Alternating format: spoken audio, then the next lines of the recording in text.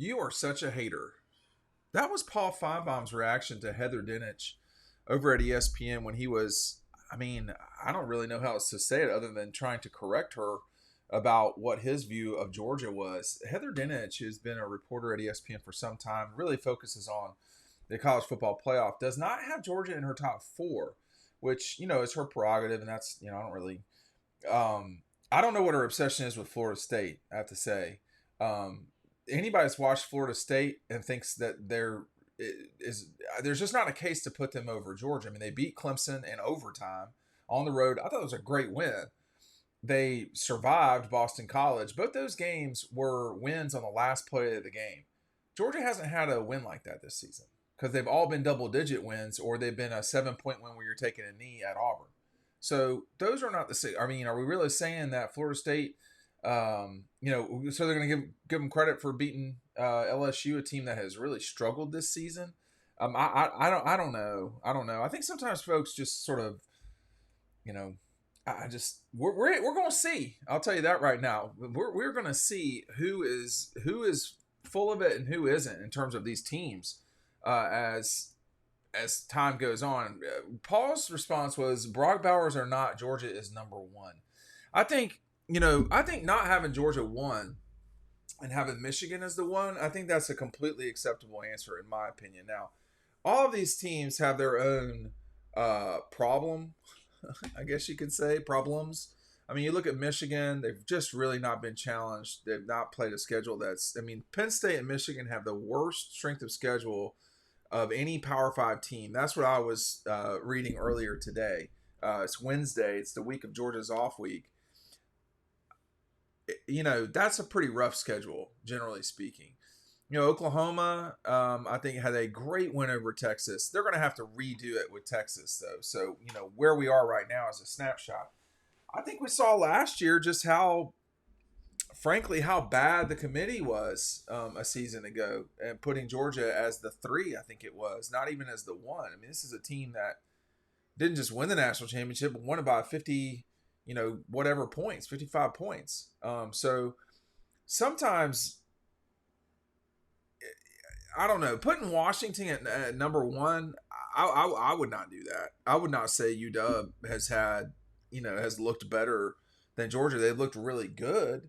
And of course they have a great win over Oregon that they're going to have to, probably rehandle. But for me, if you don't have Michigan, Georgia, in your top 3, you're not watching the games enough. It's problematic to not acknowledge what both of those teams have been so far this season, and they've been, they've looked really good. Georgia's, statistically speaking, I'm not sure there's a better team statistically than Georgia. If you want to watch the games and say, oh, I think this team is better than Georgia, I don't know how many times you can say that either. I mean, there's just so few situations where, Florida State is a great example. A team that's played, 3, I would say, legitimate games. I'd say Georgia's played 3, which are South Carolina, Auburn, and Kentucky. I think Florida State's played 3 legitimate games in that they've played LSU, Clemson, and the Boston College game turned into a legitimate game.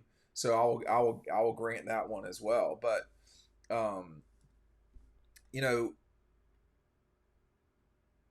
don't know. I think they had a good win over Syracuse as well, for the record, Florida State. But there's just been too much. I mean, you're only beating Boston College by 2. That's the equivalent of Georgia beating Vanderbilt by 2. Georgia beat them by more than 2 touchdowns, and people were like, "What's going on here?" That's the funny part. When you have a reputation, is folks just aren't gonna accept anything other than pure and total domination. And I think that's part of what's going on here too. I will say I'm not sure that we would ever see Alabama in this position in the past where, people say, well, Alabama's not in my top 4. That would be blasphemy in years gone by. That would really be blasphemy for sure. Hey, listen, our buddies at EcoPoly are having a fall inventory closeout sale where things are up to 50% off. Now, this is the EcoPoly website, so it's not necessarily going to be this, but you've got to go down to Eastman and get these really good deals. I mean, like this is these are really good deals. October 19th to the 21st. So Thursday and Friday, the hours are from 8 a.m. to 7 p.m. And then on Saturday, they're going to be open from 10 a.m. to 5 p.m. And my suspicion is, if I know them, they will have TVs so they can watch games. The address is 105 Industrial Boulevard in Eastman. 105 Industrial Boulevard in Eastman. You see the phone number up here. You can call them too. But it's a fall inventory closeout sale. Now, they have a lot of stuff on the factory floor. I've been to the factory, seen it. So, this is, now, I don't know what they're going to have. They've got a lot of stuff down there. But picking up a Villa dining chair for, let's just say 30% off or 40% off, that's a really good deal, really good value that you're going to be able to use for the rest of, your, in my case, I would imagine the rest of my life. There's a 20-year warranty on the thing. And 100% recycled materials. It is awesome. You need to get down to Eastman in these next couple if you're building a house or you're getting a new house, Matt DeBerry's getting one, or you have a lake house or mountain house or beach house, something like that. This is a great opportunity, but it's a limited time. So get down to Eastman, get down to Dodge County, all this stuff made in the heart of Georgia, and maybe you can ask them what they think about. So Paul has been very firm with his, Georgia take, which is that they're the number one team in the country. I don't think you actually have to. I don't think that has to be. I don't think that has to be where you're at with things. But I think Heather Dinich's top four, to me, it doesn't make a lot of sense. At least she's got Michigan in there. I think that's good. But she goes on to trash Georgia's schedule, and it's like, hey, we're really doing that because none of these teams have really played very good schedules. I think Paul's, for me, is much more where I would fall in line, which includes the top three of Georgia and Michigan. And he has Ohio State in front of Michigan. I would not do that right now. And then he's got UW at 5. And I think Florida State's really good. I think Oklahoma's really good. I think Michigan's really good. Georgia's really good. I think that Oregon's really good. Texas. I think there's a lot of really good teams. I don't think there's an obvious number one necessarily, but I think that, to me, Georgia has, looked the best against ranked teams. I'll say that. I mean, their ranked team that they played was Kentucky, but they absolutely destroyed them in every single way. But it doesn't really matter what we think or say or anything like that. I do think, though, in the grand scheme of things, it doesn't really matter. But I think in the grand scheme of things, for those of us who do what we do, and I don't know Heather Dinich. I don't have any problem with her at all. I think her reporting at the college football about the college football playoff has always been good and providing entertainment at the minimum. She's certainly providing entertainment on this deal. But I think what I do take seriously, and this is why we have a relationship with EcoPoly, we value our audience. And it may well be that, Heather Dinich fully believes what she believes in that top four, and that's fine. But I think you have to completely be, transparent with your audience and tell them exactly what you think. I think Georgia totally can lose to Michigan, Ohio State, Florida State, UW, Texas, Oklahoma. Although I have to say, I think it would be more likely that they'd lose to Texas. That's something we'll never know, but this is just my experimental thought process. They can lose to Alabama. They can lose some of these games coming up. It's a tough road to hoe here.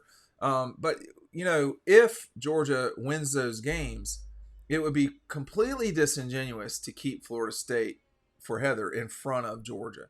Like, she's had Florida State up high for a while. And I have to tell you, after nearly losing to Boston College, I think you get a mulligan. Sometimes you just got to go gut it out. I remember watching that game. That was a week of Georgia, South Carolina. And I was sitting there going, man, it's going to be a good win for Florida State. I know Boston College sucks. But then, the way they played against Clemson, they should have lost to Clemson, period. Like, and they get credit for that. They get credit for, not playing well and then going out and winning.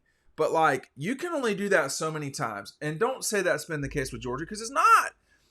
You don't almost lose when you win by a touchdown. You don't almost lose when you win by 10 points or double digits. That's not how this works. Like, who's a good example? Florida State, again, the way that they played against Clemson, they won that game in overtime. They should have lost that game. Clemson doesn't have a walk-on kicker who was, that whole story.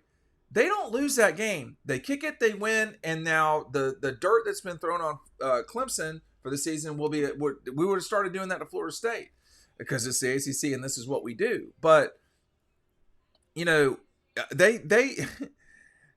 they have Florida State has been flirting for a while with a loss themselves. Now, they're playing better. Georgia is playing better. Alabama, I would say Alabama was playing better until this last week when they didn't start playing so hot. So I think I disagree with the notion that Georgia would not be in someone's top 4. I think you're trying to be a little too, I wouldn't call it fancy, but like you're trying to thread the needle a little too much. Like your criticism of Georgia is a little harsh versus what your criticism of other teams that are in the same position would be. Florida State and Georgia have had somewhat similar seasons, okay? Florida State's had a harder schedule to the degree that they played LSU and Clemson, but not so much harder. I mean, Clemson's not exactly a behemoth anymore, right? I mean, are we saying that? I know Boston College is not. So, I equate Florida State's win over Clemson somewhat like Georgia's over Auburn, although Georgia didn't go into overtime. Georgia wasn't about to lose that game. They were about, I don't know what you want to call it. It was a tight road win. Georgia didn't win at Vanderbilt by 2. That's what Boston College is bad. So let's just review Boston College real quick. This doesn't go away. They won the game. It's irrelevant now. But if we're really going to have this like a discussion, let's really get into it. Boston College is 1-2 in the league and 3-3. So who has Boston College beaten? They've beaten Army by 3. They've beaten Virginia by 3. They gotten crushed by Louisville. And then they beat Holy Cross by 3. If you're keeping score at home, they lost to Northern Illinois in overtime. That's who Florida State nearly lost to. That's a bad team right there. They're 3-3, and their 3 wins are over Army, Holy Cross, which is no, and then Northern Illinois, which is in overtime. These are not the same things, okay? And so, like the Oklahoma thing, they haven't played anybody. Well, they beat Texas, That was a great win for them. They're going to have to do it again. And I don't know if they will, personally, but we'll see. And those two are really strong programs right now. But I think Paul's right in this one, and Heather's wrong, period. I mean, I don't know what the future will hold. I don't. And, part of me thinks that the committee may not have Georgia at 1 because of what Heather's saying. And that's their prerogative. They can vote it however they want to. But I'll tell you right now, if Georgia's undefeated, 13-0 as the SEC champion, and they're not the one, there's some questions that need to be asked. Because Michigan, in that scenario, would have played, I think, 2 ranked teams the entire year, Penn State and Ohio State. Because in whoever they're playing from the West is just trash. And there's a lot of trash in the Big Ten right now. But that's irrelevant for my point, which is, Michigan has looked really good. Now, they've not played anybody, but they've looked really good while not playing anybody. And that all matters. But you can't look at Florida State and say, oh, man, they've looked good. No, they've played better lately for sure. But no, they haven't looked good this season. I wouldn't say that.